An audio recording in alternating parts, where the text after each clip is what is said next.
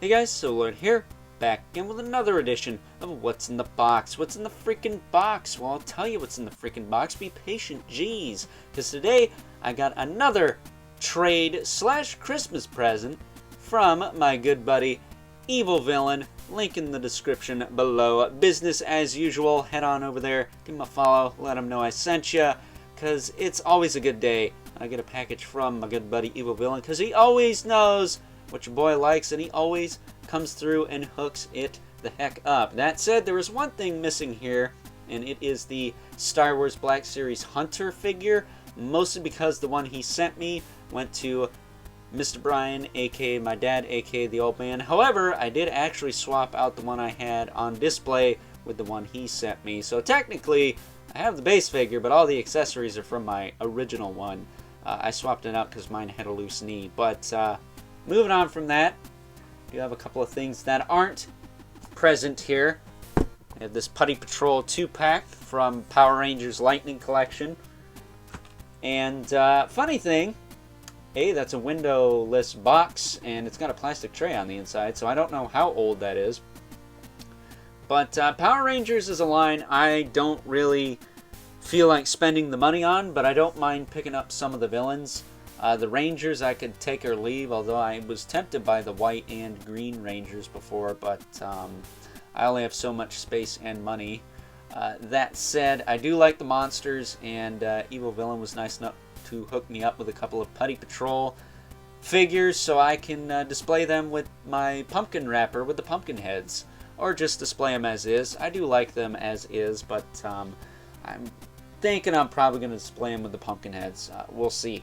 And then we also have the Marvel Legends Iron Man Retro Series Pulse exclusive with the big arse proton cannon a la MVC, Marvel vs. Capcom. I have already opened both that and the Putty Patrol, by the way. I've already checked them. Everything is good there.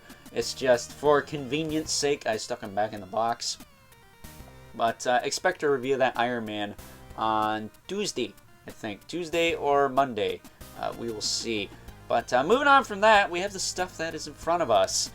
We have the Ghostbusters Terror Dog here. He's no NECA Bronx, but I'm penning his head if you haven't noticed. He's no NECA Bronx, but he's pretty solid. That was a freebie, too, by the way. And I wanted him for my Mythic Legions. I think he'll look good there. That said, I wouldn't mind having a Ghostbusters a little display. You know, the four of them, a couple of these dogs, the Stay Puft, Slimer, and what is it? What's her name? Sigourney Weaver's character, and is it Gozer? I think that's the Wave, but since I have one of these already, I could buy the Wave and have another one, even though it's not accurate because I think the other one comes with Rick Moranis' character, whose name escapes me at the moment. No Janine, though, which is kind of weird. Then we also have the Super 7 Masters of the Universe 5.5 Mummy Skeletor and his two skeleton monster minions. I'd love to see origins of those. But these are really nice. I'm surprised at how nice these are, considering the fact that they still use the little rubber band in the legs. I think it's a nylon band. But either way, really well done figures. I gotta give props to Super 7 on those. Not sure what that line is called, otherwise I'd do a video on it, but maybe Evil Villain can let me know. Then we also have the As Seen on TV Hordak. He sent me the crossbow in the last box, as well as the power swords for both He-Man and Skeletor, so I assume he's got those somewhere as well. So really cool to be adding that to the collection, considering I missed out on the PowerCon Hordak from Origins. This will be a nice stand-in until they either make that one readily available, or, you know, they make another Hordak with blue arms and legs and change some things up on him to make him a little bit less like the exclusive, because I think that one had that cannon arm, if I'm not mistaken. And then we also have, speaking of PowerCon, we have the PowerCon exclusive 3-pack with the mini comic Trapjaw, Prince Adam, and Stratos, who's holding the staff from Goatman. It's his staff, but Goatman came with it, and I actually sent Evil Villain Goatman in the box I just sent him a month or two ago, probably at this point. He told me to hold on to that because, well, he's not doing the mini comic stuff, which I can understand. That said, I kind of need to get that Red Beast Man that was also PowerCon exclusive, and I'm sure that's not cheap. I would really like to pick it up, though. So if anyone's got it for a good price, it's one of the only things I don't have other than the White Sorceress. He's like all white from like the Temple of Darkness or something. And then the Green Goddess whose crotch explodes. So maybe I'll pass on that. And then there's the Battleground Tila, who's also a mini comic figure. So those are the 4 I can think of that I still need. 3 of them happen to be females, which I think I only have 1 female Motu Classics figure, which is kind of hilarious. It's the Shakoti, but would really like to round out the mini comics collection. My dad has the mini comic Granomir, but his leg broke, so I'm gonna pass on that. Well, I don't think he's going for a lot these days. That said, the piece de resistance in this box, the thing I was not expecting, and there's a story behind this. So Evil Villain told me that one of his favorite figures when he was a wee lad was Vulture Man from the LJ and Thundercats line. And I can respect that because my favorite figure from about the same time as far as age goes is the Marvel Legends Ghost Rider from Toy Biz, the Danny Ketch one. Why Danny Ketch is my favorite Ghost Rider, FYI. So if you want to put it into perspective, he cherished that figure as much as I cherish my Danny Ketch. And I couldn't imagine life without my Danny Ketch, despite the fact that his legs are loose and his bike is, well, I still have it, but it's missing a handlebar. That said, I was able to pick him up one on eBay for a reasonable price. Would have bought him complete, but they want a lot for a freaking weapon that would probably break in the mail. Anyways, either way, I hooked him up with Vulture Man, had it directly sent to his house in case I couldn't get his box out before Christmas, which fortunately it's looking like that's the case, but I do owe him a NECA Bronx, and I think I'm going to be able to at least hook that up, so he'll at least have some of what I owe him. That said, I also picked him up Beastman from Masterverse on discount on Target.com for Cyber Monday, so there's that, I suppose. But long story short, he was freaking awesome and sent me this flippin' Drago Man from Motu Classics, a grail piece of mine from that line, and he also has the extra shield and whip. He had the sword that wasn't ignited, but I guess that broke or something, and of course he tossed it because it's broken. Either way, I don't need that because I would display him with the flame sword anyways, because that's the one he came with in the first place. And well, you can take the flames off the back of that shield he's got. It's on there pretty good. I'm not gonna mess with that. Much like the neck pigs on all 3 of these PowerCon figures, they're all frozen. I can't get them to move.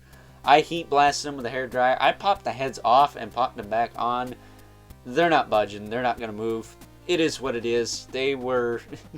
they cost me significantly less than it would for me to pay for them. So, you know, I'll take it as is as far as that's concerned because you can't just replace these. That said, the Stratos here, his ab crunch is pretty loose. I don't know any good way to tighten that, so if anyone's got a way to do that, let me know. Because it's pretty loose.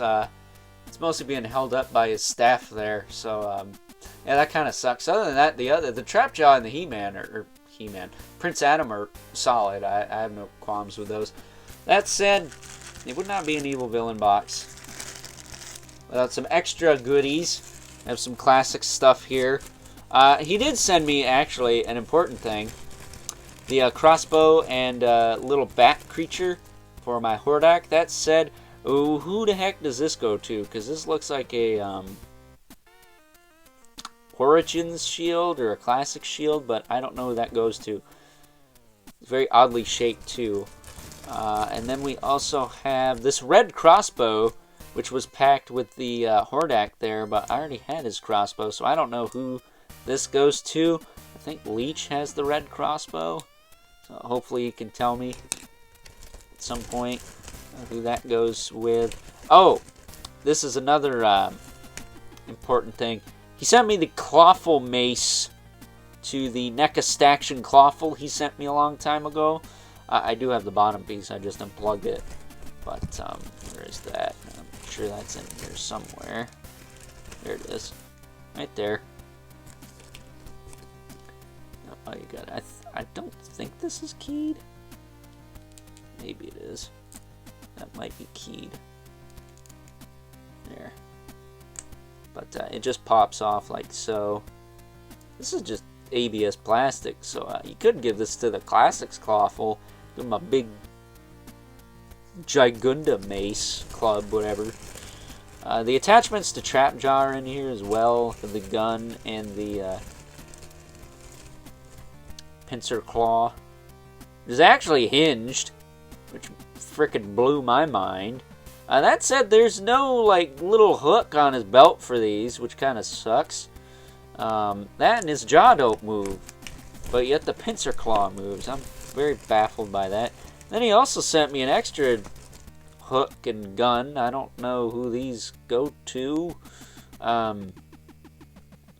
unless he came with 2 of each, but either way, I got extras of the gun and hook. And I also have this little 2000X Roboto head here, which I will gladly display with my, oh crap, the jaw does move. That's freaking cool. I didn't know that. Huh. Either way, I'll be putting that with the Man-at-Arms he sent me quite a while ago. That'll look good in his hand, because he did build Roboto after all. Now, last but not least, it wouldn't be an Evil Villain box without some Glyos parts. That said, there is a Motu Minis Beastman whip in this bag too. I got excited because he sent me the Faker last time, the Minis Faker, and he's missing his sword. No dice on the sword, but I do have that whip now. I think that goes with the mini comic Beastman he sent me in the last box. So I'll at least be able to complete him. I'll have to find him and hook that up, but sent me that. And then there's some light blue Battle Tribes parts in here that, you know, it goes to that wave with the wings and stuff, where all the guys came with wings and monster heads and stuff. I don't remember if he sent me a light blue guy before. I'll have to check. But this is literally like all the extra stuff other than the weapons. So hopefully I have that somewhere. If not, I don't. It seems like every box Evil Villain sends me has a crap load of Battle Tribes parts, or at least some Battle Tribes parts. So I look forward to getting it. Maybe ? If he's still got it, but if not, I will just check what I already got from him. And I'm pretty sure I have a light blue guy, but I can't remember. Other than that, though, that is it. That's a wrap on this box from Mr. Evil Villain. Thanks again for the Drago Man. You rock for that. That's freaking awesome. Definitely going to be doing some Flashback Fridays for some of this stuff. Probably after the new year. I mean, I'm pretty tapped with stuff to round out this year, and we only have 2 weeks left of reviews. Because I'm taking a week off for Christmas. I'm not playing with that. I'm getting a break from all this because, man, even though I do videos at night now and I have a lot more time to record, it's still a lot. So with that being said, I hope you guys enjoyed today's edition of What's in the Box. If you are so inclined, please don't forget to comment, like, subscribe, and hit the bell so you know whenever I upload more content to the channel. Got plenty coming your way. Maybe another What's in the Box tomorrow. We shall see. That said, if you haven't already, please hit me up on Instagram at Overlord Productions. But as always, keep the comments civil. The world sucks enough as it is, especially when... Why didn't they give Trapjaw Hinged Jaw? It's a separate glued-in piece. I actually had to have my dad glue both of that and the Drago Man horn in. It just came unglued. Not that big a deal. Either way, though, very, very strange. I mean, the pincer claw moves, man. And until next time, I'll catch you guys later.